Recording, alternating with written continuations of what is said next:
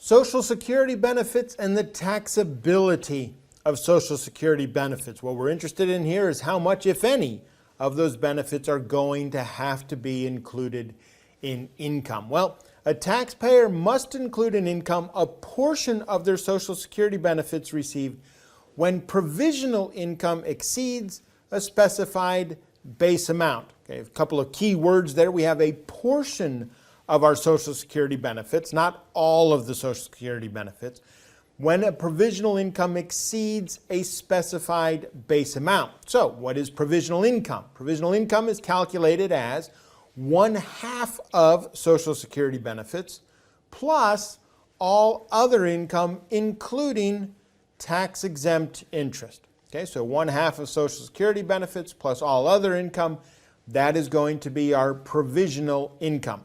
Now, we're going to go through this and talk about it. We've got an example with numbers, but I'll just say here at the very beginning, it's unlikely you're going to have to do all of these calculations. It's unlikely that there's going to be a question that requires you to go through and know all of these limits. But you do need to be familiar with the principles of how we're calculating the amounts, the limitations, the provisional income, and things like that. So we're going to calculate our provisional income, and that's going to be the basis. So to determine the percentage of the benefits to include in income is a multi-step process. Okay? How much is taxable is going to depend on the total amount of benefits, the Social Security benefits, and other income. And generally, the higher the total amount, the greater the taxable part of the benefits. Okay? And as I said, we're going to go through all of this. We'll do it with numbers, but again, we're not going to get lost and caught up in all of the details. Now, the percentage of benefits that a taxpayer includes in income is limited to 50% when provisional income exceeds a lower base amount and 85% when it's above the upper base amount. So we've got two limits, and we'll see these limits here in just a minute.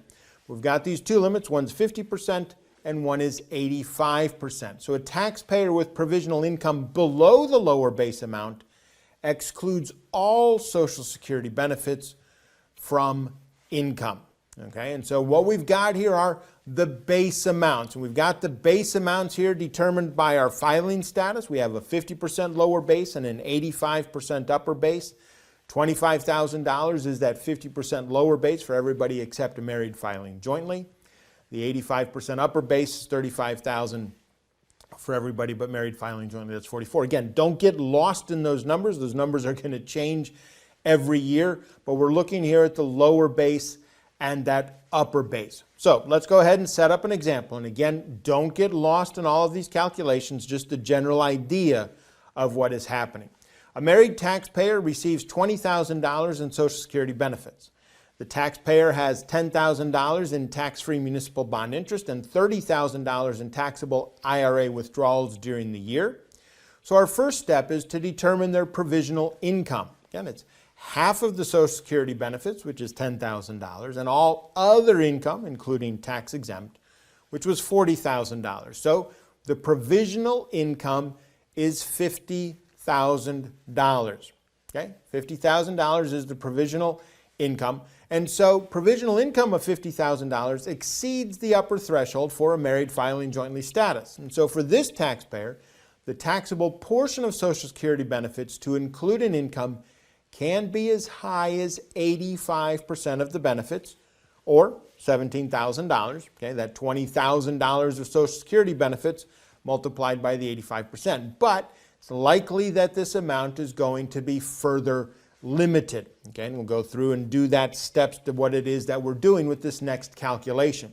We need to allocate the provisional income based on filing status. We've got those numbers.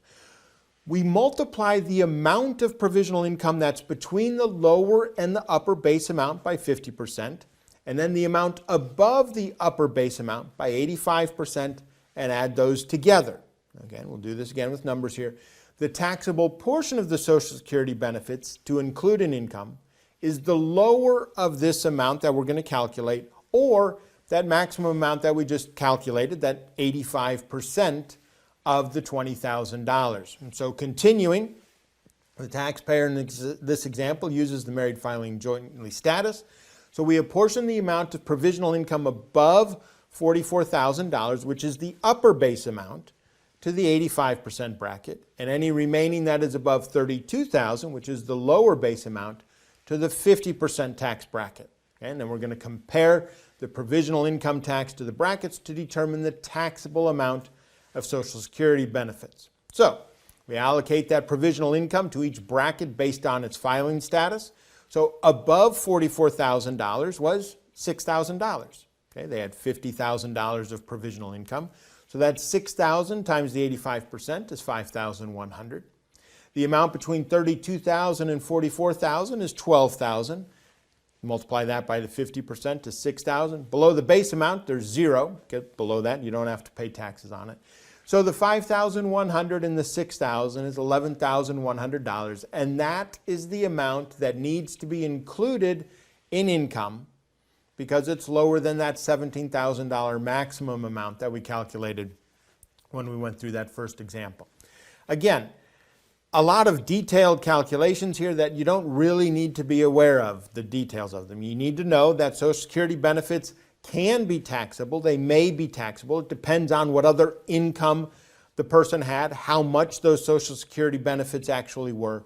But I guess the key takeaway of it is that even if Social Security benefits are taxable, they're only partially taxable. Worst case scenario is that 85% of the Social Security benefits are going to be taxable, but that's not going to be a usual situation.